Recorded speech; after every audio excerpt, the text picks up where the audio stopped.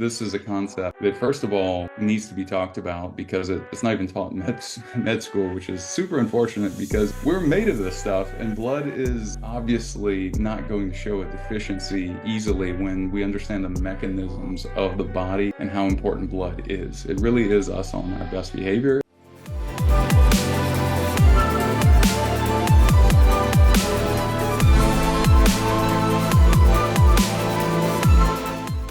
It's been a few years since I've explored this research, so it's possible that things have changed since then. But Yeah. last I recall, when I had some friends who were very into hair mineral analysis, and I remember exploring the literature. First of all, I found shockingly little in the way of scientific literature on it. But what was kind of most interesting to me is that several of the experts that I knew that were into hair mineral analysis had different views on how the data should be interpreted. So one person said such and such ratio means this and this, and that you're deficient in this, and another person said, no, that's wrong. It actually means this and this, and you're deficient in this. And so even with the same set of data, different experts have different ideas of how that should be interpreted and what should be done about it as far as food and supplementation. Do you have any thoughts on sort of making sense of that confusion and conflicting views? Yeah, there's a great book called The Psychology of Money, and they talk about how everyone's worldviews around money get shaped. About 80% of their worldview or more gets shaped by how they grew up and what market they grew up in. Was there inflation? Was there no inflation? This concept, right? And it's really interesting because the people, like, for example, the son of someone that did incredibly well has a totally different strategy, and he does incredibly well, and they were born in different markets, and they followed. One guy was like just made so much in the bond market, and that wouldn't work today. Like, it just would not. So the timing mattered, and it shaped the worldview a lot. So it shapes our worldview a lot. Basically, what we're saying and we're acknowledging there is our environment plays a bigger role in how we perceive the world and what we perceive to be true. And it's really hard to evaluate these truths, right? So just like metacognition, like thinking about thinking here for people. So this is a great concept that we're talking about, right? Because you can apply this concept and this like luminary aspect of thought to anything that you're like trying to make sense of, right? So whenever we have people, especially that are close to us and especially that we respect, and we see conflicting data between them, we start to think like, oh, well, like the whole world's that way. And they could just be like the 2 out of the 1,000. Realistically, we have no idea that have this view, and maybe they're not, maybe they are. It's true. There's not nearly enough education out there, and I put a course together after piecing together as much information as I could, starting over a decade ago in this area, because it really showed me a lot. And I just had an affinity for it with my background in chemistry. So yeah, I mean, there's certainly older data, and people are, this is true also for med school though, right? So unfortunately, it's not even taught in med school, and I can only reason or speculate why that is. But the reason I keep coming back to is, well, the natural proclivity of this is to not recommend drugs. It's to recommend resolving the deficiencies and the imbalances.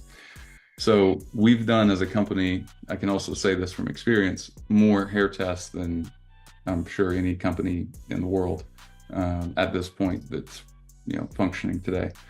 So we'll probably do 10,000 just this year. And so we've seen patterns emerge for sure. And we'll do some big analysis, and I'm sure contribute to the overall body of research. So maybe a part 2 on that when I have it.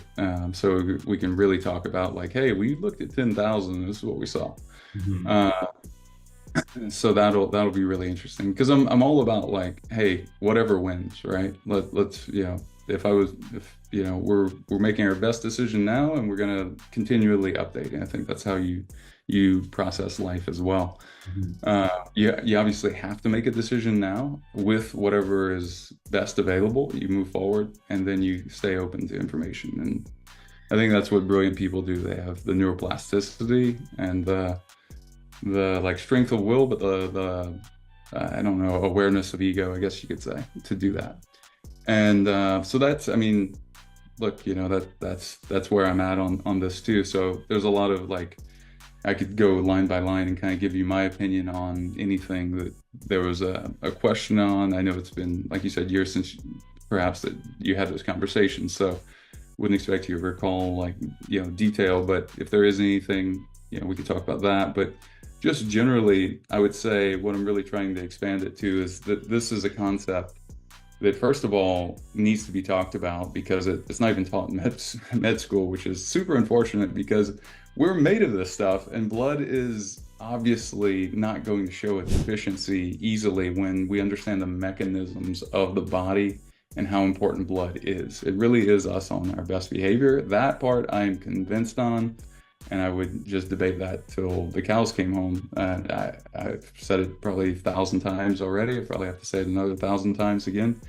But, different people pick it up when they hear it different ways. So I'm constantly thinking about, how do we deliver this info to people in a way that is absorbable, just like, elements themselves. But hair is tissue. We all agree on that. The body is about 40% connective tissue, and that is closer approximation for sure than blood. So now we're just down to how accurate is the testing, and then how do we interpret the result. So that part, luckily, is interesting because at least the range is based off of healthy people. Like people, remember reading even Olympic athletes, they were looking at using as a basis. Unfortunately, and of course, we do have functional ranges in blood, and by no means do I not use blood.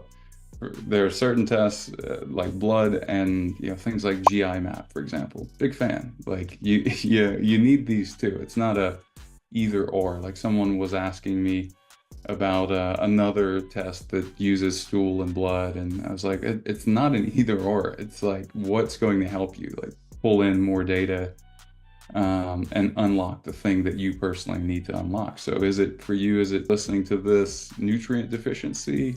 Is it parasites and a viral load? Is it, which we see some evidence into hair. We see things like viral loads. We see things like a propensity to be very open to experiencing a virus or open to experiencing a bacterial infection with certain ratios. But, looking at calcium and magnesium levels and going back to your question on what are people deficient and what diseases, when we see a very high calcium to magnesium ratio, we see, just issues like hypoglycemia, and we see bone related issues as it goes on if that doesn't get fixed, because the body has to fix the pH of the blood, so it's going to source minerals from tissue, from bone being tissue, or from organs.